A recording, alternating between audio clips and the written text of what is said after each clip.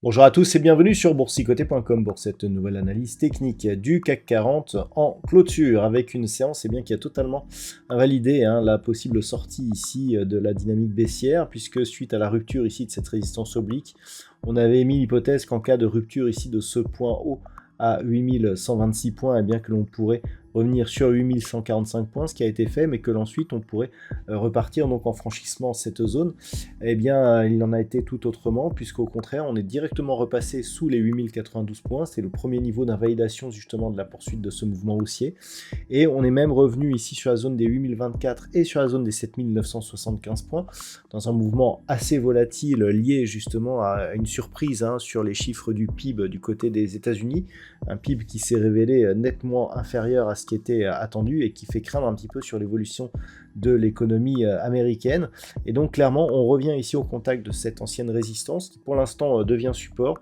On est aux limites vraiment d'invalider la sortie, puisqu'on a quand même cette ombre basse qui a bien provoqué une réintégration à l'intérieur de l'ancien trend. Et donc au final, sur cette séance, on clôture à 8016,65 et le CAC 40 perd 0,93% par rapport à la clôture de la séance précédente. Donc au niveau des indicateurs techniques, on a un mouvement qui se retourne à la baisse. On était sur une dynamique plutôt haussière au sens des histogrammes du MACD ici. On se retourne à la baisse, le RSI est lui toujours totalement neutre. Alors hier j'évoquais la baisse ici avec la hausse des volumes. Ce que j'ai oublié de vous dire, c'est que le fait que l'on ait cette ombre hausse ici et cette bougie hésitante avec justement des volumes supérieurs à la moyenne, ouvrait la porte à une possibilité de retournement, à savoir retournement à la baisse. C'est ce qui arrive, et lorsque l'on regarde les volumes qui émaillent justement cette séance, on voit qu'ils sont encore en augmentation. Donc là, clairement, on est sur une conviction baissière qui est en train de croître et qui pourrait nous provoquer un retour ici dans cette zone sous l'ancienne résistance oblique. Donc pour l'instant, il va falloir observer vraiment ce qui se passe autour de cette zone des 8024 points, et au moment où je vous parle, les futurs nous indiquent un cash qui serait inférieur. Donc pour l'instant, ce n'est pas très, je dirais, c'est pas encore confirmé, mais on risque de revenir sous cette zone. Au niveau des valeurs, alors on a un palmarès qui est assez hétéroclite.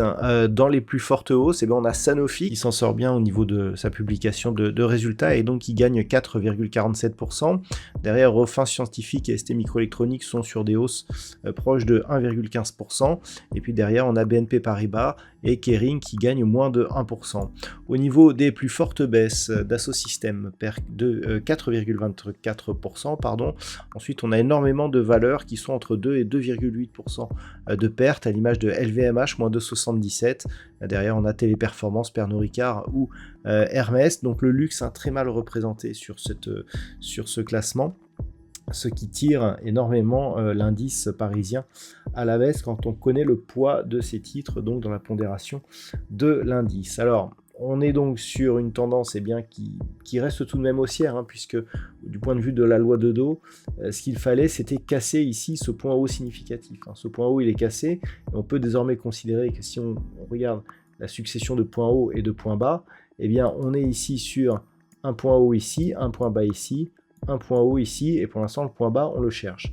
Dans ce contexte, on a ici une hausse donc des points hauts, pour l'instant on a une hausse des points bas, on est dans une loi de Dow positive. Par contre, si on casse ici donc ce point bas significatif qui était donc l'ouverture de cette séance du 16 avril qui se trouvait à 7899,36, donc autant dire 7900 points, là clairement on repartirait sur un biais baissier puisqu'il y aurait inscription d'un nouveau point bas significatif. Donc il va falloir observer ça si les cours s'obstinent à évoluer ici sous 7975 points.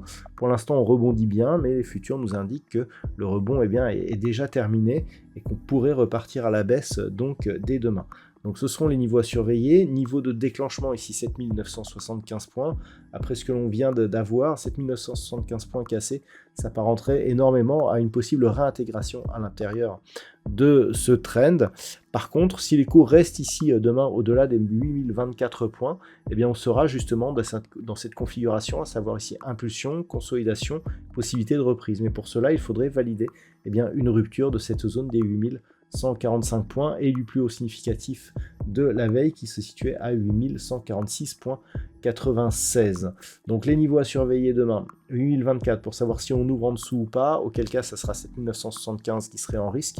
Et à la hausse, c'est bien un déclenchement des 8092 dans un premier temps, puis des 8145 seraient des signaux beaucoup plus positifs. Voilà donc ce qu'on peut dire sur cette analyse technique du CAC 40 pour demain. Demain sera aussi une journée assez chargée puisque nous aurons des chiffres de l'inflation qui risquent d'être cruciaux aussi.